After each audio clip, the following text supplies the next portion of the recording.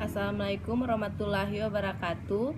Perkenalkan, nama saya Christine Winda Dahlam, NIM 186602059. Kali ini saya akan menjelaskan terkait metode pengukuran kembali dan metode translasi. Langsung saja. Yang pertama, metode pengukuran kembali, di mana metode ini yaitu metode laporan keuangan entitas asing dari mata uang lokal yang digunakan entitas ke mata uang fungsional entitas mata uang asing. Dan metode ini diterapkan dalam kondisi 1. Entitas tunggal yang mencatat transaksinya ke dalam mata uang asing dan menyajikan laporan keuangan dalam mata uang fungsional. 2. Entitas anak atau asosiasi atau cabang yang beroperasi di luar negeri yang mencatat transaksi dan menyajikan laporan keuangan dalam mata uang lokal yang tempat beroperasi, namun mata uang fungsionalnya sebenarnya sama dengan entitas induk atau investasi. Kemudian yang kedua saya akan menjelaskan yaitu metode translasi, di mana metode ini adalah proses pernyataan informasi laporan keuangan dari satu mata uang ke mata uang lain. Adapun metode ini diterapkan dalam kondisi 1. Entitas tunggal mencatat transaksinya ke dalam mata uang fungsional dan menyajikan laporan keuangan dalam mata uang asing. 2. Entitas anak atau asosiasi atau cabang yang mencatat transaksi dan menyajikan laporan keuangan dalam mata uang fungsional, namun entitas induk atau investor atau pusat memiliki mata uang yang berbeda. Ya, berikut contoh di atas penjabaran laporan keuangan. Yang pertama, pada tanggal 1 Januari 2001, PT Induk atau Perusahaan Indonesia membeli 100% saham yang beredar dari German Company, sebuah perusahaan yang beralokasi di Berlin, seharga 660 juta. Harga tersebut lebih tinggi 60 juta dari nilai buku. Selisih lebih biaya diperoleh di atas nilai buku dialokasikan ke paten yang diamortisasi selama 10 tahun. Yang kedua, German Company mengelok pembukuan dan pencatatannya dalam euro untuk menyediakan laporan untuk pemerintah Jerman, sementara mata uang fungsionalnya adalah rupiah. Yang ketiga, pada tanggal 1 Oktober 2001, entitas anak mengumumkan dan membayar dividen sebesar 6.250 euro. Yang keempat, entitas anak menerima 42 juta dari transaksi dengan perusahaan Indonesia pada saat kurs 1 euro sama dengan 12 rupiah. Entitas anak masih memiliki mata uang asing tersebut pada tanggal 31 Desember 2001.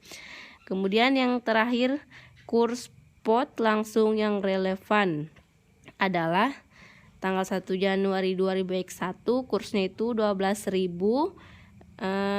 Pada tanggal 1 Oktober 2001 kursnya 13.600. Kemudian tanggal 31 Desember 2001 14.000, dan yang terakhir kurs rata-rata 2001 adalah 13.000. Selanjutnya, gambar di atas mengenai informasi PT Induk di mana menggunakan rupiah dan German Company menggunakan euro. Kita lihat kas 3.500.000.000, sedangkan German Company-nya 2.500 euro. Piutangnya 750 juta, persediaannya 1 miliar, tanahnya 1.750.000.000, aset tetapnya 8 miliar. total debit 15 miliar itu kita dapatkan dari kita jumlahkan dari kas, piutang, persediaan tanah dan aset tetap. Dan sama juga dengan di sebelah Jerman Company 70 euro itu kita jumlahkan juga. Nah, kemudian di bawahnya lagi akumulasi penyusutan 4 miliar. Kemudian utang usaha ada 1 miliar, utang obligasi 2 miliar, modal saham biasa 5 miliar, dan saldo laba 31/12/0 yaitu 3 miliar. Total kreditnya 15 miliar. Sama perhitungannya seperti di atas ya. Kemudian kita lihat lagi kertas kerja untuk menjabarkan entitas anak di luar negeri pada 1 Januari 2001 atau tanggal akuisisi mata uang fungsional adalah euro Eropa. Di sini kita lihat ada pos, neraca saldo, kurs, dan neraca saldo rupiah. Langsung saja.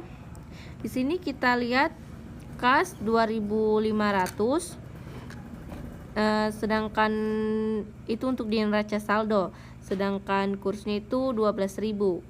Untuk piutang neraca saldonya 10.000, kursnya 12.000.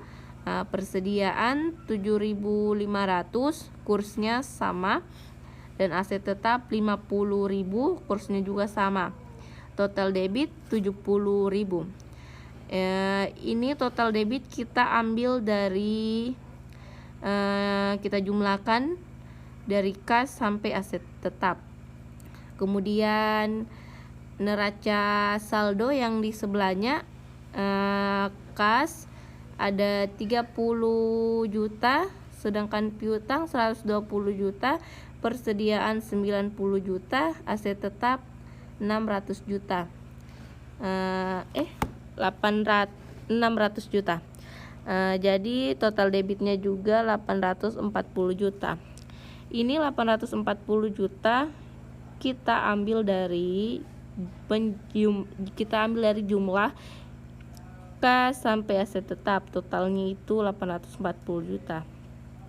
Kemudian yang di bawahnya ada akumulasi penyusutan 5.000, utang usaha 2.500, utang obligasi 12.500, modal saham biasa 40.000, saldo laba 10.000, total kredit 70.000.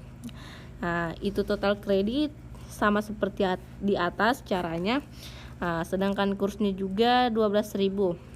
Kenapa kurs di sini 12.000? Karena sudah ada catatan kurs langsung pada tanggal 1 Januari 2001 itu adalah 12.000. Kemudian yang di sampingnya untuk neraca saldo rupiah, akumulasi penyusutan ada 60 juta, utang usaha 30 juta, utang obligasi 150 juta, modal saham biasa 480 juta, saldo laba 120 juta. Total kredit 840 juta. Cara dapatnya 840 juta itu sama seperti di atas, kita jumlahkan juga. Kemudian kita lihat di sini ada ayat jurnal yang dibuat oleh PT Induk selama tahun 2001 adalah sebagai berikut. Yang pertama, 1 Januari 2001 ada investasi pada saham Jerman Company 660 juta, pada kas 660 juta. Di sini kita lihat kenapa bisa 660 juta. Karena kita langsung lihat saja di soal.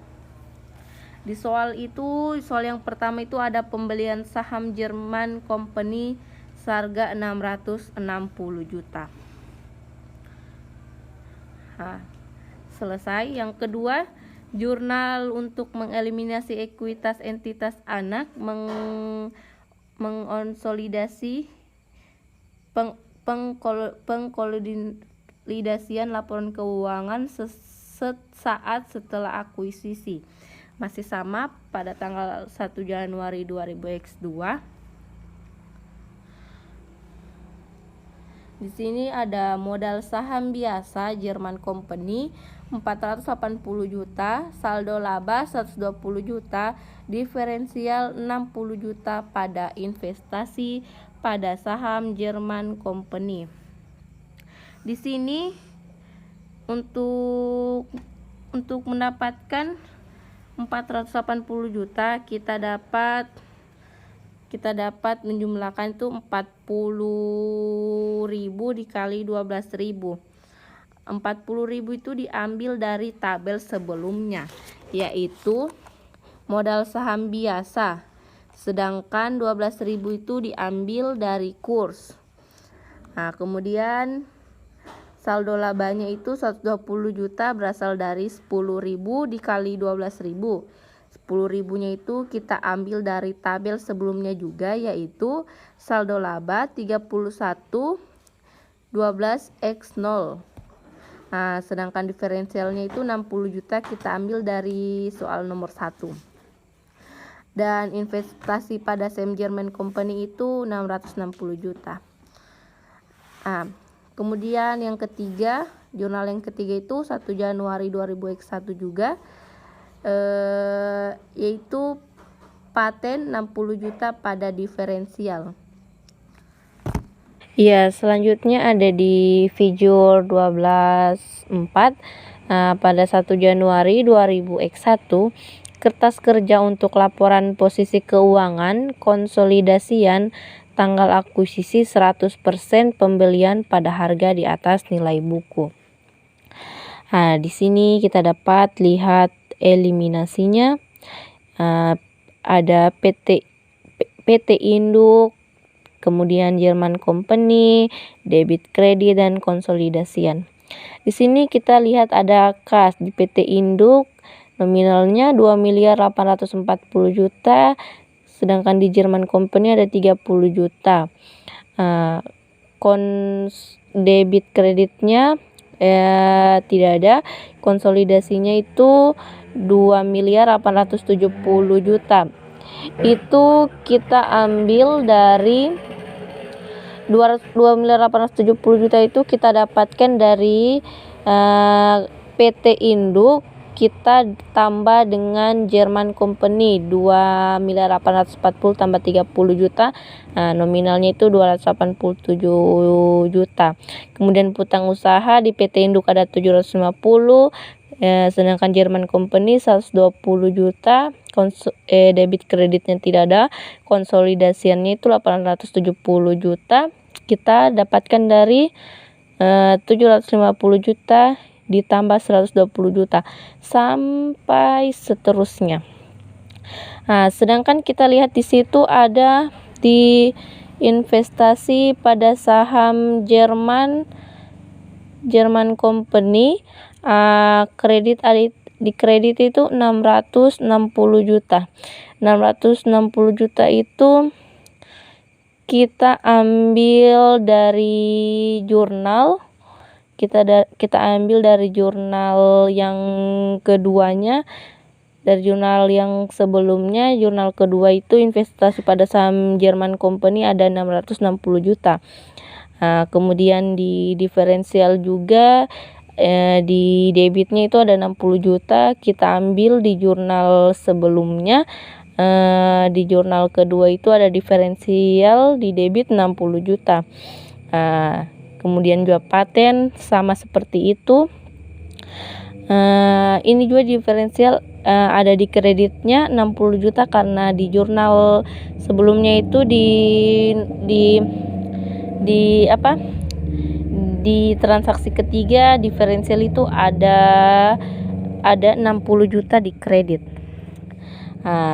Terus total debit 15 miliar itu kita totalkan dari kas sampai investasi. Terus sama juga di Jerman Company, total debitnya 840 juta itu kita dapatkan dari 30 juta sampai kita jumlahkan di 600. Kemudian di konsolidasian itu 15.240 juta itu kita dapatkan dari total 2.870 juta sampai di 60 juta. Nah, kita lihat lagi ada akumulasi penyusutan, utang usaha, utang obligasi, modal saham biasa, saldo laba. Di situ kita lihat di PT Induk ada 4 miliar, 1 miliar, 2 miliar, 5 miliar, dan 3 miliar. Total kreditnya 15 miliar. Itu kita dapatkan dari total akumulasi penyusutan sampai di saldo laba. Nah, di Jerman Company juga ada 60 juta, 30 juta, 150 juta, 480 dan 120 juta. Totalnya 840 juta. Itu kita dapatkan juga dari jumlah akumulasi penyusutan sampai saldo laba. Nah, di debitnya itu modal saham biasa ada 480 juta, itu kita ambil dari jurnal sebelumnya di transaksi kedua. Kemudian juga saldo laba juga begitu juga kita ambil di transaksi jurnal sebelumnya di transaksi kedua 120 juta. Jadi debit jumlahnya itu 720 juta. Sama juga di kredit, total kreditnya itu 720 juta, sedangkan konsolidasinya juga itu totalnya itu 15.240 juta. Konsolidasinya ini dia 4 miliar 60 juta, itu kita ambil dari 4 miliar ditambah 60 juta, sama seperti cara yang di atas. Kemudian lagi kita lihat lagi di atas figure 12.9 31 Desember 2001, pengukuran kembali neraca saldo entitas anak di luar negeri, mata uang fungsional adalah rupiah. Di sini kita lihat ada pos, ada saldo, ada kurs, dan ada saldo rupiah. Di sini bisa kita lihat sendiri ya, ada kas, uang mata uang asing, dan sampai seterusnya. Kita dapat lihat sendiri ya.